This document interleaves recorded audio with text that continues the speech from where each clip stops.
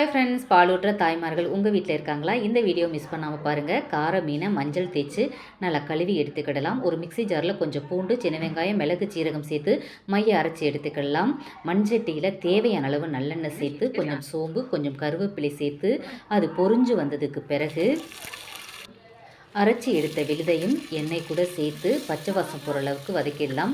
2 பெரிய சைஸ் தக்காளியை மைய அரைச்சி அதன் கூட சேர்த்து எண்ணெயில் பிரிஞ்சு போகிற அளவுக்கு நல்லா வதக்கிடலாம்.